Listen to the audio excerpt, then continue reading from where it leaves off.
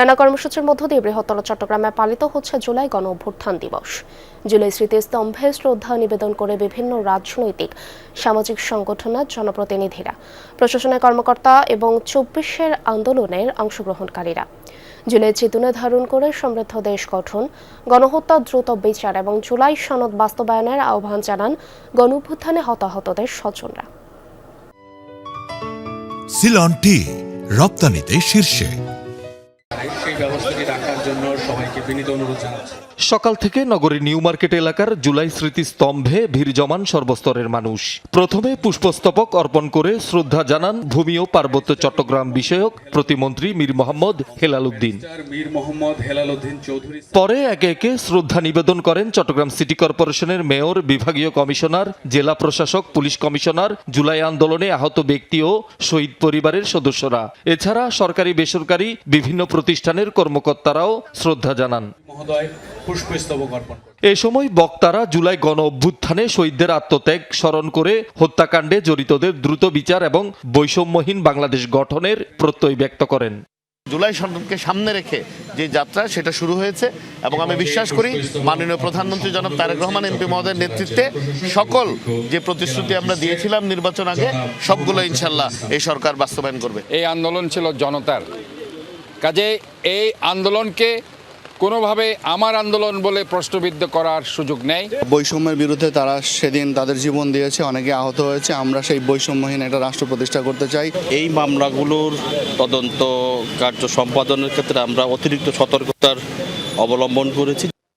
চট্টগ্রাম জেলা প্রশাসনের উদ্যোগে শিল্পকলা একাডেমিতে অনুষ্ঠিত হয় আলোচনা সভা। জুলাই আগস্টের আন্দোলনে আহত ব্যক্তি এবং শহীদ পরিবারের সদস্যদের সম্মাননা জানানো হয়। ভুক্তভোগী পরিবারের সদস্যরা দ্রুত বিচার নিশ্চিত করার দাবি জানান।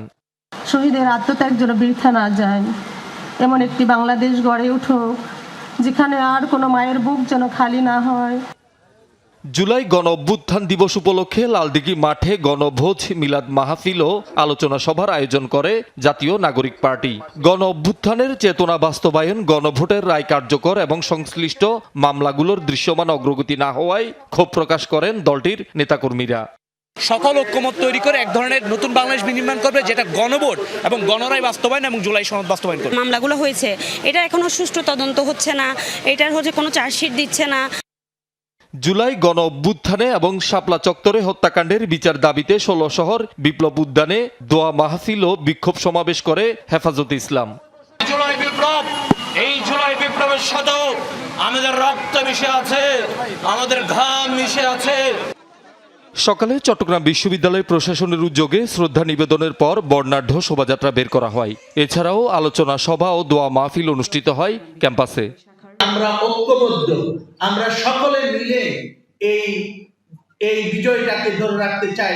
সামনের দিকে যত কঠিন বাধাই আসুক না কেন, আমরা এই অনুপ্রেরণা নিয়ে সামনের দিকে এগিয়ে যেতে চাই।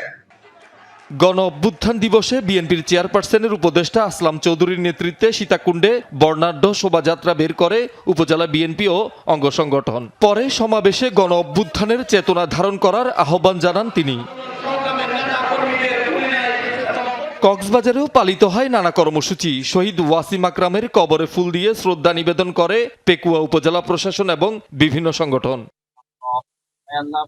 রাঙ্গামাটিতে জুলাই স্মৃতিস্তম্ভে শ্রদ্ধা নিবেদন, আলোচনা সভা, জুলাই যোদ্ধাদের সংবর্ধনার পাশাপাশি গণরায় বাস্তবায়ন, জুলাই গণহত্যা ও মানবতা বিরোধী অপরাধের বিচার দাবিতে সমাবেশ ও গণমিছিল অনুষ্ঠিত হয়। স্থানীয় সংসদ সদস্য, জেলা প্রশাসক, পুলিশ সুপার সহ বিভিন্ন রাজনৈতিক দলের নেতাকর্মীরা এতে অংশ নেন।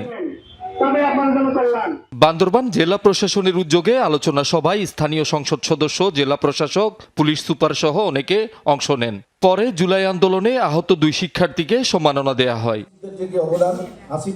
খাগড়াছড়িতে জুলাই স্মৃতিস্তম্ভে ফুল দিয়ে শ্রদ্ধা নিবেদন করেন স্থানীয় সংসদ সদস্য ও দুধ ভূঁইয়া সহ প্রশাসনের কর্মকর্তারা এবং বিভিন্ন সরকারি বেসরকারি দপ্তর, রাজনৈতিক ও সামাজিক সংগঠনের নেতাকর্মীরা।